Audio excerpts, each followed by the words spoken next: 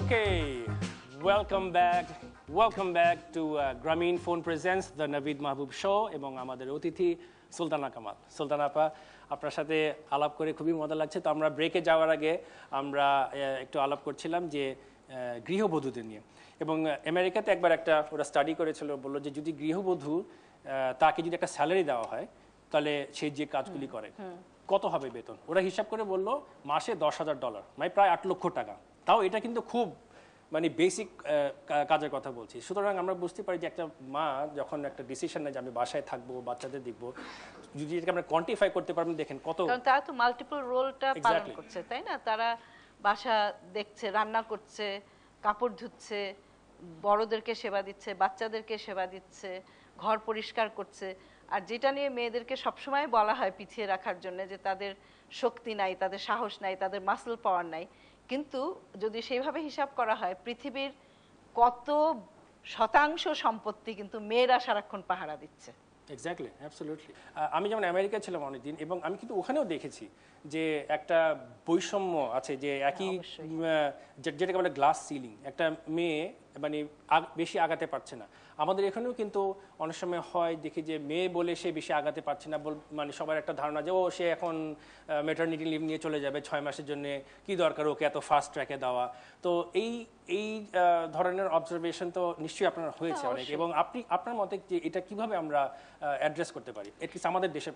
না, সেটার জন্য আমার মনে হয় যে খুব সংক্ষেপে যদি বলি, যে একটা কনসেপচুয়াল যে ব্যাপারটা থাকে, ধারণাগত কতগুলি পরিবর্তন আসতে হবে।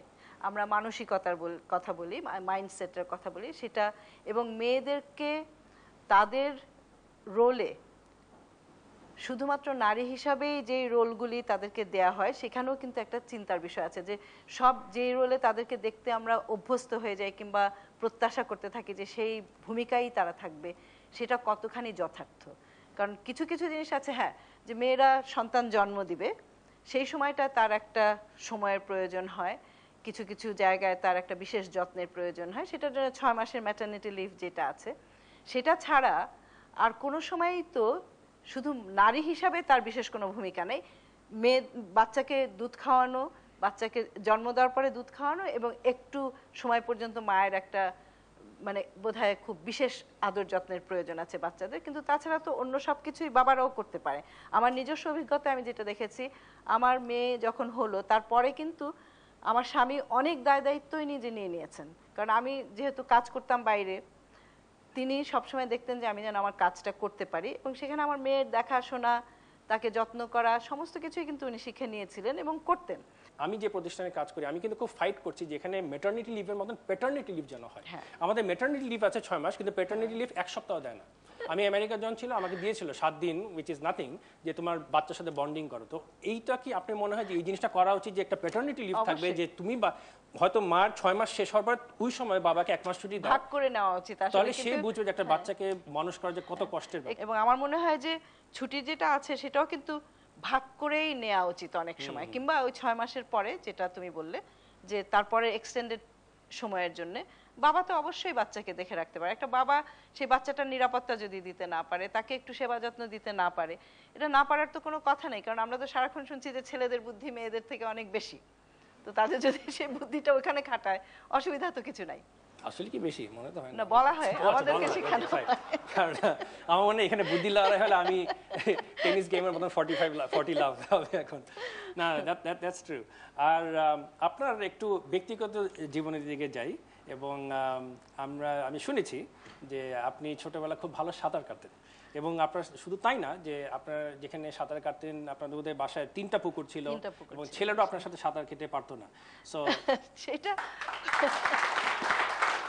খুব ঠিক কিনা জানি না, তবে আমি একটু ডান পিঠে ছিলাম, কোট আনকোট, সেই অর্থে। কারণ আমি পরিবার ডান পিঠে ছিল বোঝা যায়, আমার ঠিক উপরে বড় 3 ভাই, তো আমি তো সবসময় ওই ভাইদের সঙ্গে সঙ্গে পাল্লা দিয়েই চলেছি। এবং যেহেতু আমাদের বাড়িতে ওই পরিবেশটা ছিল, আমাকে কখনো শেখানো হয়নি যে তুমি মেয়ে এটা করতে পারবে না। আর আমি আসলে আমার ছোটবেলার গল্প বলতে গেলে অনেক সময় লেগে যাবে, কিন্তু কিছু কিছু কথা বলি। এবং আমি একটা কথা বলি, এখন হঠাৎ করে মনে পড়ে গেল, আমি নিজেও ভুলে যাই, আমি কিন্তু ঢাকা স্টেডিয়ামে লাঠি খেলাও করেছি।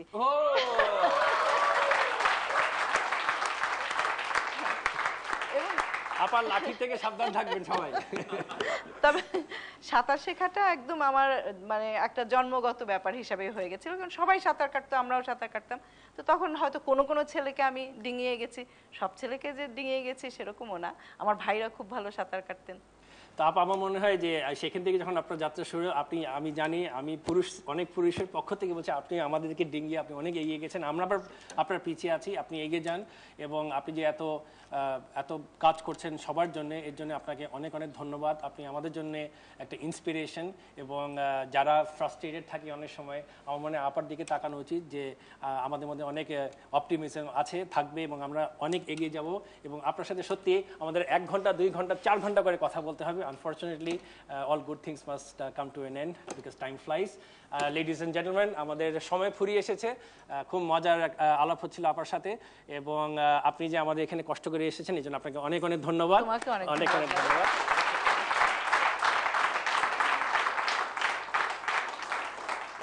এবং তার সাথেই আজকের এপিসোডের আমরা শেষে চলে এসেছি।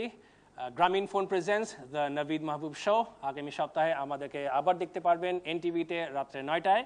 এবং টিল দেন আপনারা সুস্থ থাকুন এবং আপনারা মন খুলে হাসবেন। Thank you.